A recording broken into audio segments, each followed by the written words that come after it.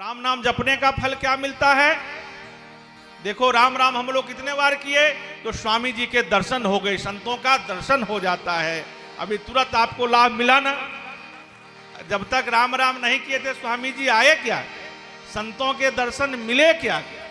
तो देखो हमारे बीच में परम पूज्य श्रद्धेय अर्चनीय वंदनीय पूजनीय धर्मनिष्ठ तपोनिष्ठ कर्मनिष्ठ ज्ञानवीर कर्मवीर धर्मवीर संत सम्राट संत दिवाकर कमल हमारे परम पूजनीय श्री श्री आचार्य महामल्लेश्वर मधुसूदनानंद जी महाराज पधार चुके हैं। मैं उनको नमन वंदन करता हूं, प्रणाम करता हूं।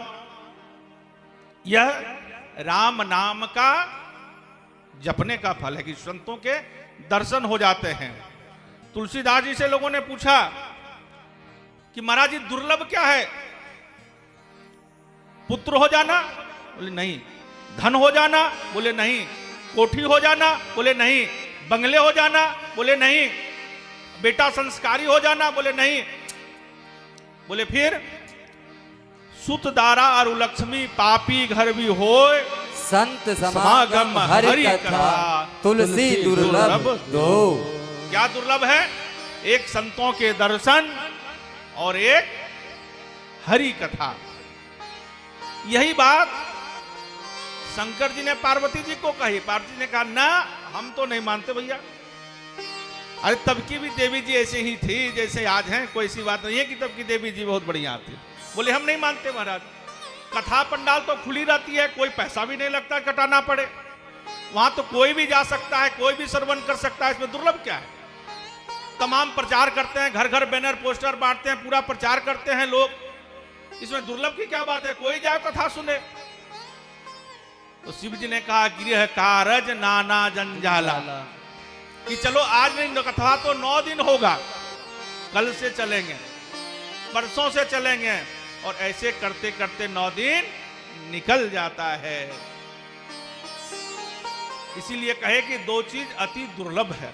क्या? संत संगाम, संतों के दर्शन और हरि कथा।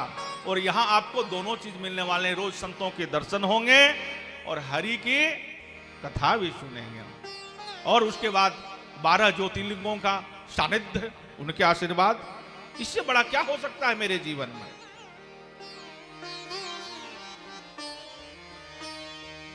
तुलसीदास जी ने हम लोग जिस कथा को श्रवण करने के लिए, जिस गंगा में डुबकी लगाने के लिए बैठे हैं, उस कथा की रचना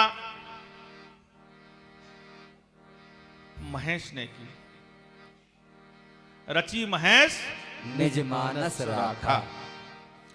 वही कथा हम और आप गोस्वामी जी तुलसीदास जी की वाणी में यहां 9 दिन तक सुनेंगे। किसी ने पूछा गोस्वामी जी से कि आपने इनका नाम रामायण क्यों नहीं रखा? आपने इनका नाम रामचरितमानस क्यों रखा? गोस्वामी जी ने बड़ी प्रेम भाव से कहे कि रामायण शतकोटि अपारा। कितना है रामायण? 100 करोड़। इसका नाम रामचरितमानस क्यों रखा? बड़ी ध्यान देकर सुनना। शब्द तो 3 हैं। मानस मतलब सरोवर, मानस मतलब मनुष्य। तो कहे अगर आप किसी मंदिर में भगवान के दर्शन करने जाओगे तो साफ सुथरा होकर जाना पड़ेगा कि नहीं, स्नान करके। लेकिन जब मानस में कोई सरोवर में डुबकी लगाता है तो गंदा डुबकी लगाता है और साफ होकर निकलता है कि नहीं निकलता? बताओ ना, अरे बोलो ना, निकलता है ना। तो मानस में डुबकी लगाने के लिए आपको स्नान करने की जरूरत नहीं है। सीधे जो अब तो स्विमिंग पूल हो गया, पता नहीं आप लोग जानते भी होंगे कि नहीं, पोखरा होता था, तालाब होता था, दिन भर बच्चे लोग खेलते थे, तो उसमें डुबकी लगाते थे और साफ होकर के निकलते थे। तो बोले ये क्या है? मानस। सबसे नीचे क्या है? 3 सीढ़ी है। मानस, रामचरित मानस, रामचरित मानस। तो बोले इसमें डुबकी लगाइए और साफ हो जाइए। दूसरा बोले चरित्र को सुधार लीजिए। अगर दोनों कर लिए तो बोले क्या होगा? बोले तीसरी सीढ़ी पर राम बैठे हैं, आपको राम मिल जाएंगे। केवल क्या करना है? 2 ही सीढ़ी हमें चलना है। दूसरा क्या कहे उन्होंने कि मानस मतलब मनुष्य, बोले भैया इंसान बन जाओ, मनुष्य बन जाओ और अपने चरित्र को सुधार लो। बोले क्या होगा? वो तीसरे सीढ़ी पर राम बैठे हैं, राम मिल जाएंगे। तो हमें क्या करना है? इस मानस रूपी गंगा में डुबकी लगाना है, मनुष्य बन जाना है, अपने चरित्र को ठीक कर लेना है, फिर क्या मिल जाएंगे? राम मिल जाएंगे। तो हमें दो ही चीज करना है, हमें मानस में डुबकी लगाना है, सरोवर में डुबकी लगाना है, मनुष्य बनना है, चरित्र को ठीक कर लेना है, फिर राम खुद ही मिल जाएंगे। देखो हर एक सिक्के के दो पहलू होते हैं, सुख दुख, लाभ हानि, जस अपजस, जीवन मरण। तो किसी के दो पहलू, इसी भी रामचरितमानस के दो पहलू हैं। अगर आप 10 मिनट ध्यान से सुनेंगे तो पूरा रामचरितमानस आप समझ जाएंगे, मात्र 10 मिनट। बोले यहां दो पहलू क्या है?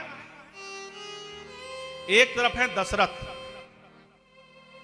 दूसरे तरफ है दशानन। दो ही तो मैंने। दशरथ कौन?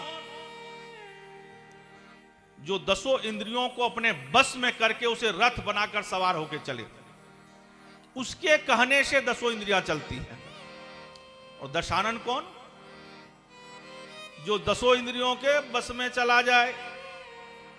हम 10 इंद्रियां तो बस में नहीं कर सकते माए बाप, हम दशरथ नहीं हो सकते माए बाप,